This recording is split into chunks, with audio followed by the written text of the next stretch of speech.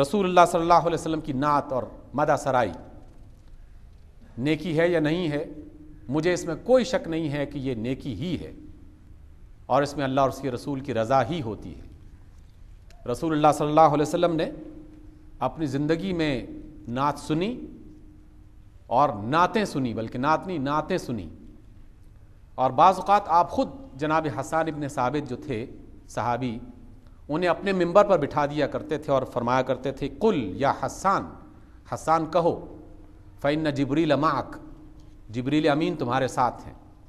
یعنی وہ تمہاری مدد کر رہے ہیں، کہو۔ اور حسان ابن ثابت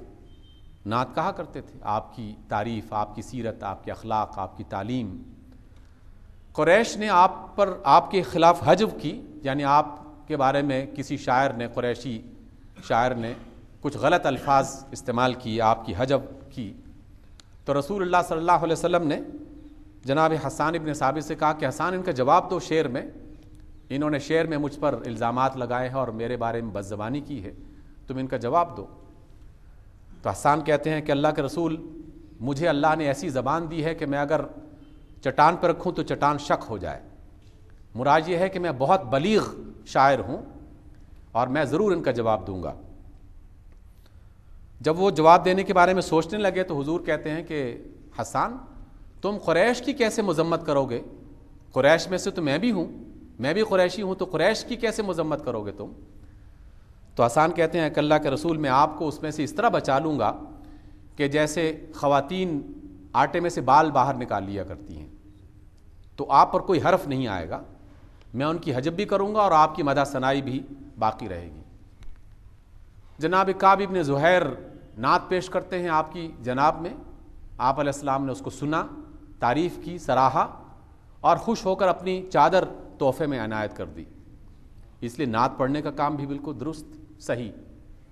لیکن نعت میں ایک چیز کا اہتمام خود اللہ کے رسول صلی اللہ علیہ وسلم نے اس کا فرمایا۔ غزوہ تبوک سے واپس آ رہے تھے آپ کے اصحاب اور آپ، مدینہ میں پہنچے تو مدینہ کی مسلم بچیاں، مسلمان بچیاں اور بچے پھر دوبارہ اسی طرح اکٹھے ہو گئے جیسے ہجرت کے موقع پر اکٹھے ہو گئے تھے، اور انہوں نے وہ نشید پڑھا تھا، وہ ترانہ پڑھا تھا، طلع البدر علینا من ثنیات الوداع وجب الشکر علینا ما دعا للہ داعی، یہ انہوں نے ایک پڑھی اس موقع پر۔ تو اب اس موقع پر دوبارہ پڑھنا شروع کر دیا انہوں نے، اور پڑھتے پڑھتے ان بچیوں نے یہ کہنا شروع کر دیا کہ ہمارے رسول وہ ہیں جو آنے والی تمام باتوں کو جانتے ہیں اور ہمیں ہر چیز بتا دیتے ہیں، یعنی کوئی ایسی بات جو کئی حوالوں سے درست بھی تھی کہ اللہ کے رسول نے مستقبل کی بہت ساری باتیں بتائیں، لیکن جیسے ہی یہ جملہ سنا آپ علیہ السلام نے فرمایا کہ نہیں، وہ جو تم پہلے پڑھ رہے تھے نا وہ پڑھنا شروع کر دو، اس کو درمیان میں سے نکال دو۔ حالانکہ اس میں بہت کوئی بڑی بات نہیں تھی۔ اس کا مطلب یہ ہے کہ نعت جب بھی کہی جائے تو اس میں اس بات کی پوری احتیاط کی جائے کہ رسول اللہ کی صلی اللہ علیہ وسلم کی شان بیان کرتے کرتے کہیں شرک کی طرف انسان رخ نہ کر جائے،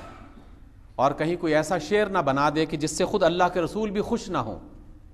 بلکہ وہ ناراض ہو جائیں کہ یہ کیسی بات میری طرف منسوب کی جا رہی ہے کہ جو میں نے تو اپنی زندگی میں نہیں کہی۔ تو اس لیے نعت کہنا نیکی ہے، ثواب کا کام ہے، اور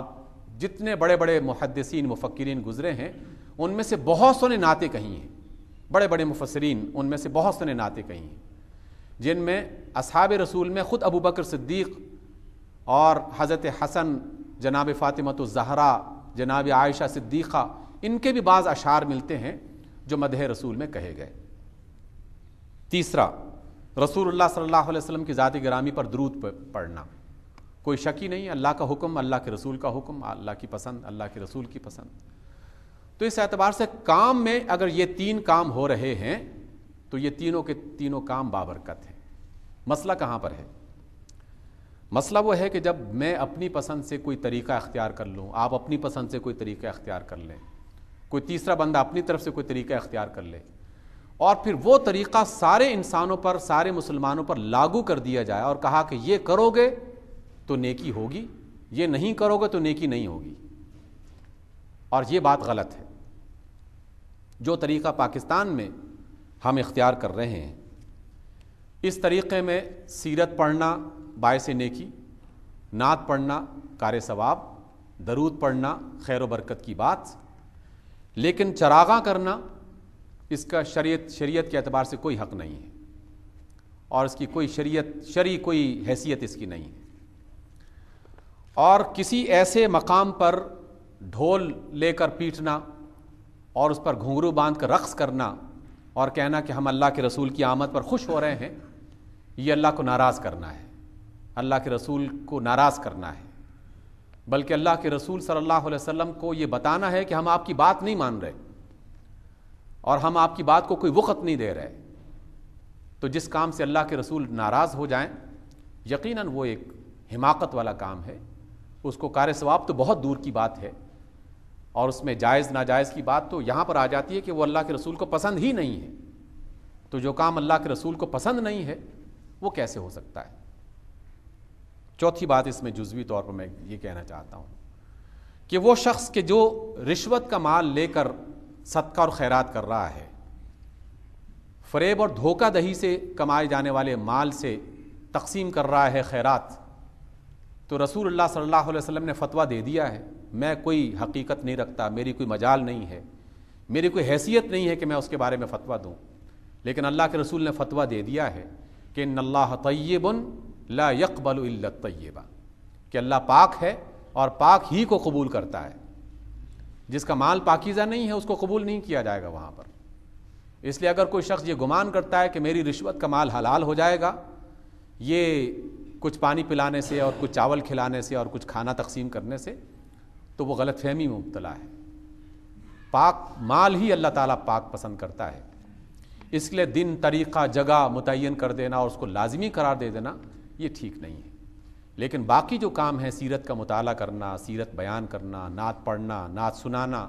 نعت سننا، درود پڑھنا، اس کو سارا سال جاری رہنا چاہیے۔ اس کے لیے صرف ایک دن نہیں، ساری زندگی، ہر لمحہ، ہر جگہ، ہر مقام